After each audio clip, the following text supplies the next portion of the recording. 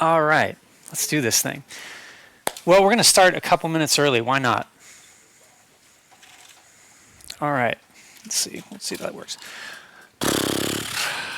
Wow, I feel so honored to talk to smart people like this.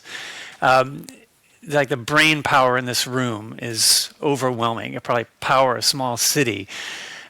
So I'm honored to be able to speak with you about UX today. My name is Dean, as you can see. I'm from the United States, South Carolina, specifically. That's where it's very, very hot.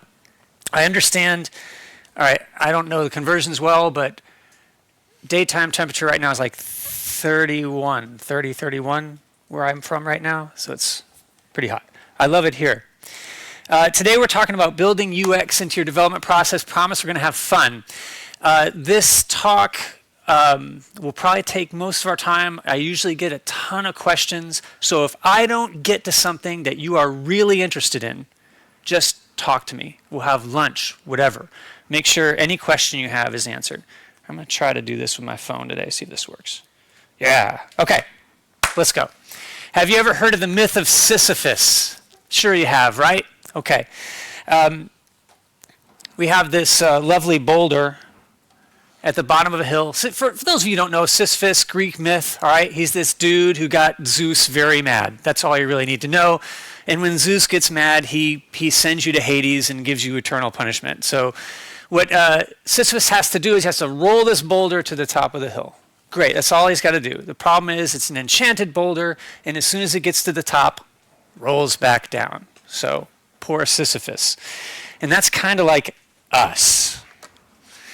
So I was thinking of this myth, and then I thought, man, this feels really familiar. This feels like every development project I've had. Like our goal is to get this thing to the top. And when I say top of the hill, I mean it works. It's fast. And people actually can use it. And they actually enjoy using it. They like using it. They're productive with it. They're efficient with it. That's what it means to have good user experience. So I'm thinking, if you get the boulder to the top, then yay, you did it. But of course, in reality, we feel like the boulder is enchanted because it never gets there. We never have the perfect project. We're happy if we get it something in on time, most of the time. That's basically what happens.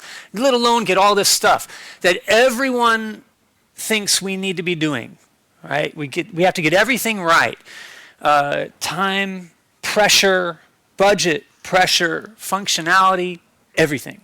No one's ever happy. So development teams try something different. Say, well, I know what we'll do. We'll just get the boulder to the top of the hill differently, and that'll make a difference. As if the boulder's not enchanted and won't roll back down, no matter how you do it. Okay? But development teams always think, if I just do it a better way, it'll be fine. And then if it needs to be usable, if it needs to be wonderful, why don't we just paint it, and we'll make it pretty and beautiful, and then surely it'll stay at the top of the hill. Now, of course it does not. It never does. Never, ever, ever. Oops, I think my water over there. I'll keep going. Okay. So much so that we think of something as a Sisyphean task as something that's really hard to do and never works. All right? Welcome to software development, right? This is what we have to do. Okay. Now, today we're talking about UX, of course, and I have a couple of assumptions for you. UX, user experience, this is my profession and my job. It's all I've done all my life is work with dev teams on complex projects with great dev processes and try to get UX fit into there and get this boulder to the top of the hill. It's sort of what I do. And there's lots to talk about when it comes to fitting UX into a dev process. Lots and lots and lots. We won't get to everything. Biggest thing we won't get to is a core problem I hear all the time, is that I have no UX anything in my company. I don't have a UX resource. I don't think I'll ever going to get one. So now what do I do? That is a different talk, okay? And if you're in that place, you come see me. We'll have lunch and we'll talk about whatever issue you've got. And I'll do my best to give you counsel. But this talk has an assumption. that there are these UX people, maybe just one, whatever, in your organization. And maybe you want to fit UX better into a dev process. Okay, that's what we're going to talk about today. How it should work if you're doing it right. Okay, first problem, real big problem, is that there's a problem with UX people and developers in general, at least as I've found. All right, in this room, we are all basically like this. Okay, we're awesome. All right, we have all these wonderful characteristics. Maybe we're not so people-focused. That's all right. Okay, but we know what we're doing. We know how to make things, and it's beautiful. All right, super technical. Okay. If you've met UX professionals in your life, you know they're probably a little different. Okay, in a mix of this, all right, they may not know how this thing works. Okay, it's a little shocking. True, focused on people and behavior. That's the biggest difference. They just care about people. Primary concern is not the system. Wow. Just what people do and how the system helps them do it. That's what UX people care about. And, probably have less computer science background, although not always. You'll find UX people who have significant computer science background, for sure. Okay. I don't know what to say about this. So UX people, because we speak a little bit of a different language than the language of development, it can be hard to talk about things. It can be hard to keep things in common. Now, I'm not saying that there's, fights break out in the backyard near a dumpster between developers and UX people. I'm not saying that happens. It could happen. I don't know. I'm not saying that people are out for vicious revenge on each other when they're in the middle of a development project or if they make fun of each other. I'm not saying those things happen. They don't happen. They hardly ever happen. But basically, we don't agree on lots of things. All right, so let's, every conference has an iceberg metaphor, right? This is mine. So now you've made it to your iceberg metaphor. Okay, here's what we think. The stuff under the surface of the iceberg is the system. It's everything about the functionality of the system. And on top is what we see, what a user can mess with. Okay, that's fair. That's actually very fair and true. A UX person sees things a little bit different. They see underneath the water is all of the UX stuff, the foundational experience, and above it is the stuff you see. Okay, that's basically how they view it. All right, but notice that's really different way to think about it. Now, the real issue we're going to encounter today is that dev teams, in my experience, I would say 99% of dev teams that I've ever encountered don't have UX experience or processes, or they're just trying to figure out how to get them, or they're reading a lot of stuff and they don't know what to make of it. Is basically the issue there. So the question is, how does it fit? So this is what we're going to talk about today. We're going to answer these 6 questions today, really fast. We got 40 minutes to hit these. When does UX start? When does it start? How do we know what users need? What about requirements? What about agile? That's sort of the meat of our talk right in here. What UX pros do you even need on your team? Who should they be? And when is it done? Simple questions, right? Honestly, UX people sometimes have the opposite simple questions about what we do in development, okay? Okay, let's go. When does UX start? Okay, here's a project timeline. This is a very sophisticated project timeline. It has a beginning, a middle, and an end. Am I going too fast? I can slow down, okay. At the start, we have stuff that happens. And when we think about UX, we think, yeah, sure. They do some stuff at the beginning. Maybe they do some like wireframes and stuff, and maybe they talk to users and stuff, whatever.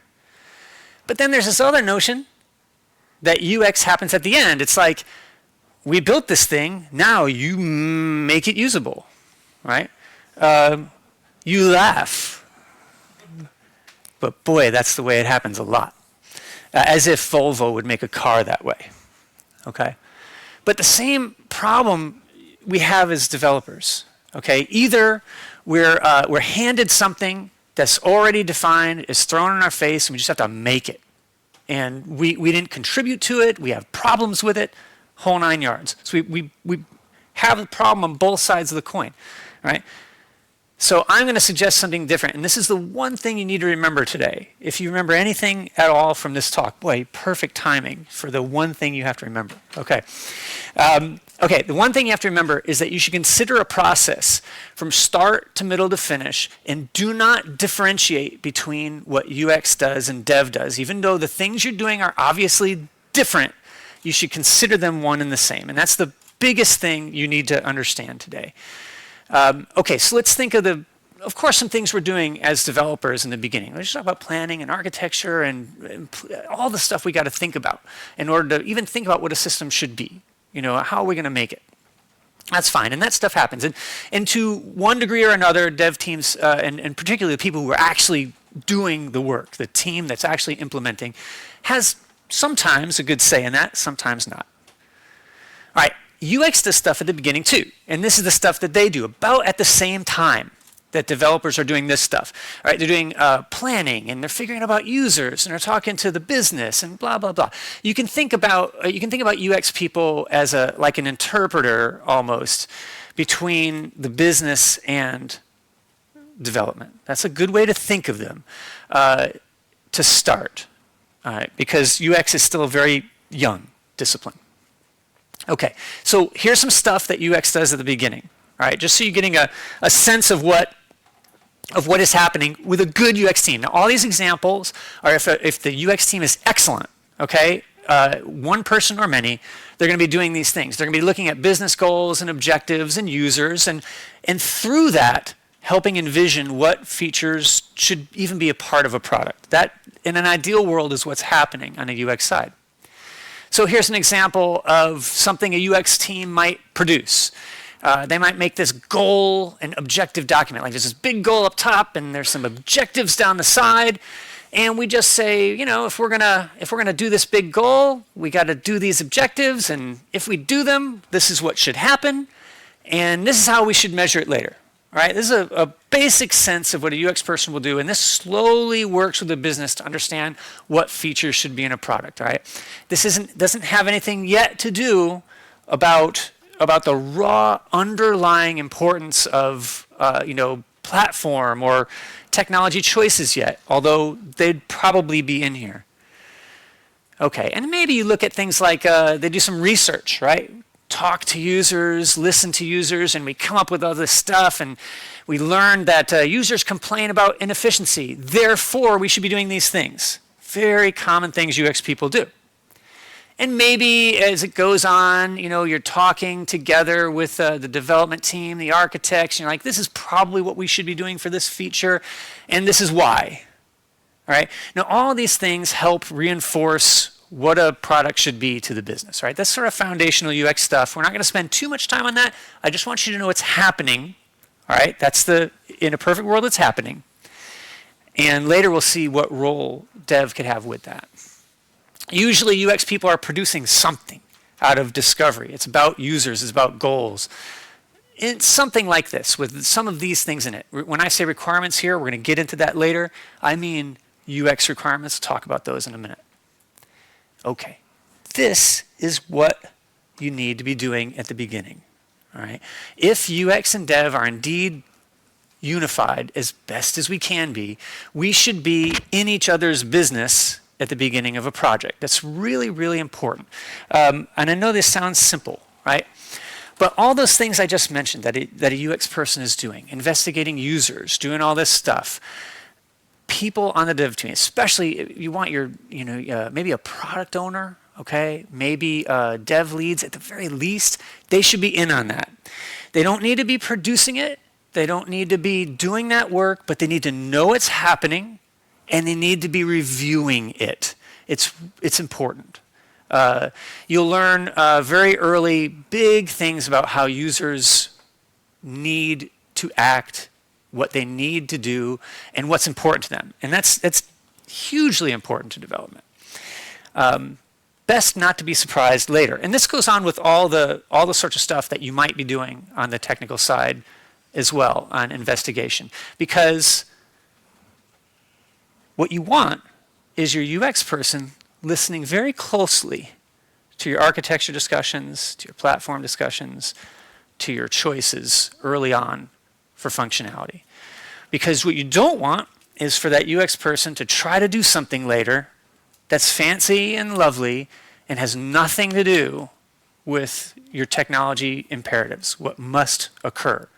And that happens a lot, especially if your UX people are not really good at their job or they're young. They will not be listening up front. They'll try to do all sorts of crazy stuff that doesn't work. So it's a two-track plan. This can be hard to convince leaders to let you do, okay? But you have to do this. Foundational, right? Very, very important. Later, everything's easier if you do this. Okay. Now, next. How do we learn what users need? This is a tricky subject. I won't spend too much time on this other than to say UX people should be the people who are helping you understand this. Right? That's their job. Right? If they have one purpose in life, it's to understand a user. Right? That's the idea. Right? Okay, this is a bunch of stock photos of people with one actual user in there. We'll come back to that in a minute. There are some bad methods for learning what users need. And unfortunately, a lot of the bad methods are things that without good UX input, people tend to do, right? So we follow, this is what we want to make. We just want to make something. We want to make it the way we want, right? Everyone does that. The stakeholders and SMEs said to make this. In fact, we were told to listen to them, told to write down their wishes, to prioritize them, and to do them. That has nothing necessarily to do with making something usable, right? And then, of course, you should never ask users what they want. Don't let them get out of the room, I guess, right? Users have no idea what they want, none. In fact, they're incredibly bad at saying what they want or what they'll do. And they're even worse at telling you what to do. Shockingly bad at it. But what they do, what they're really good at, is saying what they hate. They're awesome at that. And I mean it. You should take that to heart. You're exactly like that. I'm exactly like that. I know what gets in my way. I know what I want. I know what frustrates me. That you listen to. Okay? And good UX people will do that. So you simply, I know it's crazy. Yes? Just a comment on that. The previous one. I think there is a guy called Gorgatsis. He's written a discussion by example. He's saying the best thing of getting a requirement is actually giving people something to complain about. That's right. Because when they complain, that's 100%. Yeah, and then they'll tell you, I hate this, so you should do this. Don't listen to their advice. Just listen to their pain, okay? Because they know that. They know what their pain is. And if you watch people working, similar thing. If we had to do a job where we had to redo a call center interface. So the very first thing we wanted to do was just go to the call center and just sit there all day long and just watch people work with an interface. We learned a ton about what people hated and what frustrated them. Right? That's all we did. It's very simple. Right? Good UX people would do that. And you don't have to be a UX person to do that. You just be a person and you just go and watch people work. It's shocking what you will learn. And then we let people describe their own pain. We don't try to describe it for them. Right? I don't know what people need. I know what I need. So this is a very simple thing that UX people do. Again, there's a point to this. I'm not just trying to tell you what UX people do. There's a point to this for you. Basics. What do I want? Why do I want it? What gets in my way? What am I trying to do? Right? That's it. That's all I want to do. And we want the user themselves to fill it out. We don't fill it out. We let them write it. They do it all. This was the one user who is real. And she created her own profile. This is probably 95% her words, slightly edited for a deliverable. This was for managing it's an energy company, and you're managing your account. Okay. And so we learned all about these people from them. Okay, fair enough. That's what UX people do, but what does it mean for us is the question. Okay. This is it. The development team should demand to be in sessions where people are testing things or observing how people work. Because there's no magic to what UX people do. But if they're doing their job, they're doing these things, and you should want to be involved. Because if you are seeing how users need early on, and I understand that there's an issue with you getting access to users a lot. It's another problem. If you're having that problem, we can talk at lunch. But if you can see how someone is having pain, especially with a thing you've made, it's difficult to see that, but it's extremely helpful. Because all I want to know is where the problem is. I can solve it any one of a number of ways. I just need to know it. All right? So I want the dev team to think when you're integrating UX, part of it is you demanding to be involved in the things UX is doing. So you are not surprised later by what's happening. And you could speak up early. If we do this thing, there is going to be trouble later. We cannot do this. I cannot implement like this or something. Right? You should tell them earlier. Okay. Now, here's where it gets a little bit fun. We're going to spend most of our time on requirements and rolling development. First, I'm going to be really basic, okay, to make a point. Business requirements. We've got these in any one of a number of ways, and they're basically, what the business needs, okay, based on goals and objectives for long and short of it. Fine.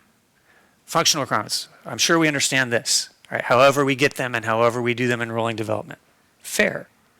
But we're missing something when it comes to making a great app, great site, great software, great internet. And that's UX requirements. And this is a thing that's almost always missing. And it's something that a UX team should bring to you. Okay? It describes behavior. It always describes behavior. Again, UX people are always about people and what they do and how a system responds to what they do. Not how the system responds, therefore the user must. It's the user responds, therefore the system must. That's the way to think about it. Okay. All right. So imagine this is you. This is probably me back in the day, and I'm very proud of something I built. Look at all the bells and whistles. It's fantastic. Okay. And I want to deliver this to user. Oh, it's got great technical requirements. Just perfect. Best technical requirements ever. But then I give it to the user and like, what the hell is this? I didn't want this. I don't even know what this is. I hate this. Right? And they're left with it. This happens all the time. We deliver people something we think is great, but they don't dig it. They hate using it. Happens all the time. So requirements can have an effect on making something better later for users, UX requirements. All right? So business requirements, someone like this is writing something like that. Okay? I know it's very different in nearly every organization, but there's a representative from the business. They're probably doing this. It might be a BA. Functional requirements, that's easy. You've got someone on a team that's responsible for this. They're liaising with business, sure. This is sort of like standard stuff. UX requirements are different. Now, they're the things that are going to be written by a UX person. Right? This is an important part of getting an app really, really right. They're probably written by what you can call a lead product designer. That's like you might have heard this person called other things, an information architect. They could be called a UX designer. There's no real good commonality in terms in UX. They're all over the place. So if someone tells me I'm a UX designer, I'm like, so what do you do? And this is what I've been doing for 25 years, and I have to ask them this question, right? Because I don't know the answer. For all I know, they might be just saying I'm a web designer, and they just say UX designer. Just is meaningless. It could be UX strategist. These are basically leadership positions on the UX side. Okay. Now, high-level UX requirements. This is what's great about this. They are gestating. They're happening early on in the project. They sort of evolve slowly because you're going usually from zero to something. Right? We're not yet ready to build yet. They mix this notion of some of its function, some of it's business related. It's a little bit different. Always behavior based. And here's the kicker. You visualize them. Okay, and you've probably seen stuff like this. These requirements have a visual that goes with them. That's either going to be a wireframe, which is something that most of us are used to seeing or using or whatever. It could be design. It could be a Figma file. It could be whatever. But these are basically notes to the development team from the UX team encased in these visuals. That's what this is. And that is the secret to really bringing all the planning thought from the beginning on through. It's hugely important. This is an example of a very, very basic wireframe. Very basic. It might have notes that are attached out to the side that are simple. Sometimes people write this in a separate Word document, which is harder to deal with. We like things to be right in one place. So this is another simple wireframe. And you'll note this is done in Acture, by the way. This is a tool that we use all the time. You could use any one of these great tools out there. But notice it's got these notes. And we could start early on, start writing notes. And these notes are for the development team. All right? They're not for anybody else. They're about implementation. They're about implied function. They're about behaviors associated with that function that are kind of hard to explain without a picture, and they're really hard to explain without context. And they're almost always absent from the type of documentation you usually get. Right? You really need this. No matter how technical or how gritty everything is, these notes can be there. Here's a great desired interaction, because this was an early note. Desired interaction. When the user opens a tab, a notification icon should remain briefly, then fade. It's hard to put that somewhere. Where else are you going to put that? Unless you made a prototype and saw it happen. Okay, so I know we build from user stories. I'm gonna get to this in a minute in terms of process, because I know that's ultimately what people are typically building from. All right. Now the problem with user stories is, in my opinion, they usually have nothing to do with users. This is basically the problem I have. You can call them just stories, and I'd be happier. But usually stories are dictating what a system does and telling you what a user does. Okay, that's pretty standard stuff, but that's the opposite of how UX thinking should work.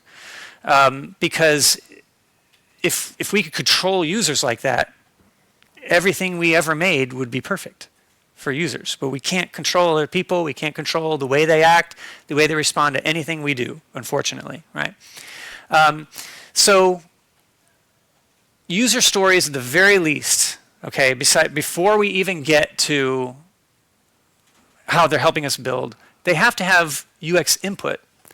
Because let's say a user story has stuff that UX people have to do encased in it. How are we going to estimate against something if we don't know that something's there, right? So UX professionals should be contributing and inputting their opinions and ideas and estimates into a user story, so that we know when we're developing, hey, that part of an effort is there and it's real. So that's the sort of like the process side of it. Okay, now we're going to give you an ideal state and on down to something else in user stories, right? In a perfect world, if I had my way, if I had my way in life, a UX lead would just write them all. Okay, that's what I want, because I'm the UX guy, right? Of course I want that, and that everyone else in the team would review and approve based off that. Right? That's what I would hope for. Right? I don't always get that. Because I work with all sorts of companies all over, and they have different processes. I don't always get what I want. So the next best is, here's a user story. I give you my input on it. My team is telling hey, don't go that way. That has nothing to do with what we learned about users or whatever. Right? Must have. Okay.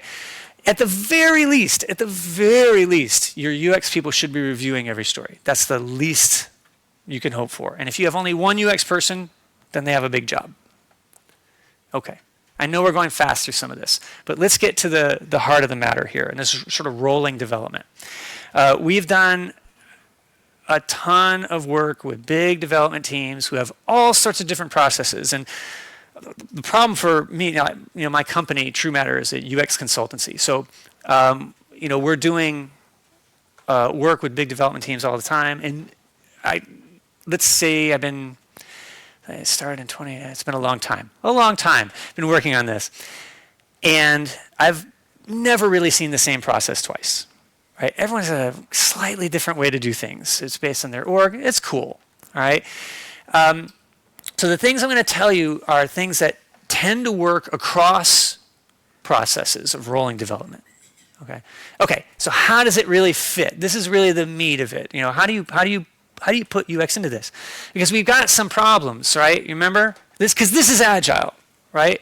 Waterfall sucked. It was terrible. It was the worst. So I know how we're going to fix this. We're just going to get the boulder up different, and that's agile. Okay. Doesn't mean your product's going to be perfect. It just means you're getting there a different way.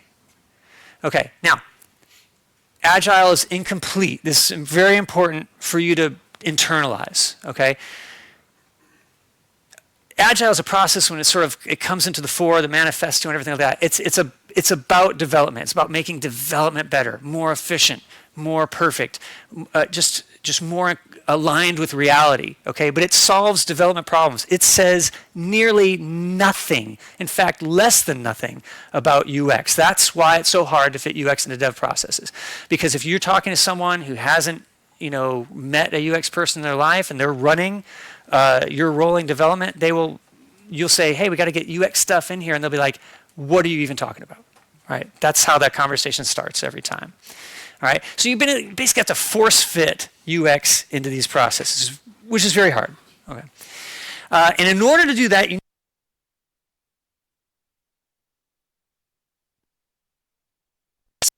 all right, we want to have more efficient, more productive user experience, and in order to do that, we need to bring UX into this agile process. Right? You've got to have that. If you don't have that, that's a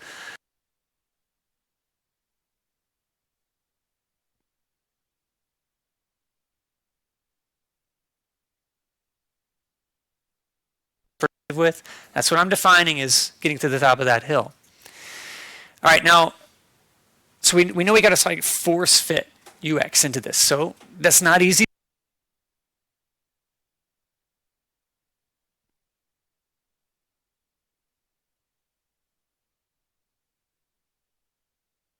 You plan them out, and then you estimate them, and you do them. UX people, designers, they have this need to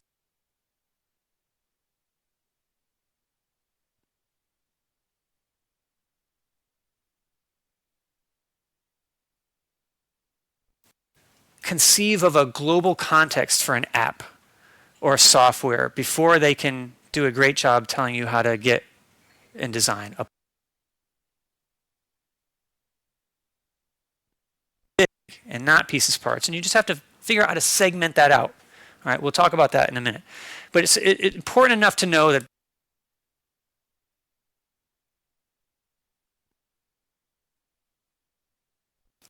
they have to have a sense of something that's big before they can sense of something that's little. Um,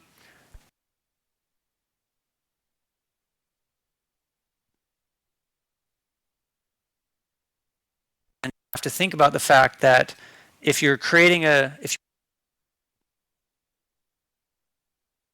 need to do something more global, that's going to a little bit differently. And allow for that to happen, you buy it. Okay.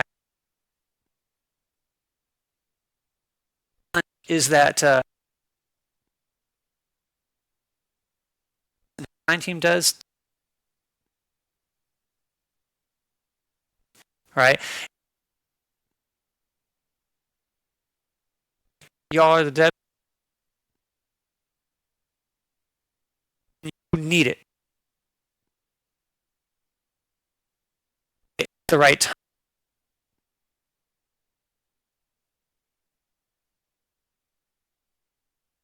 That uh,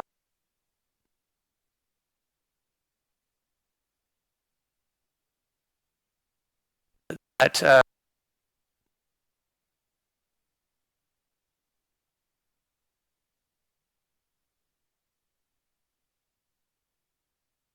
remember.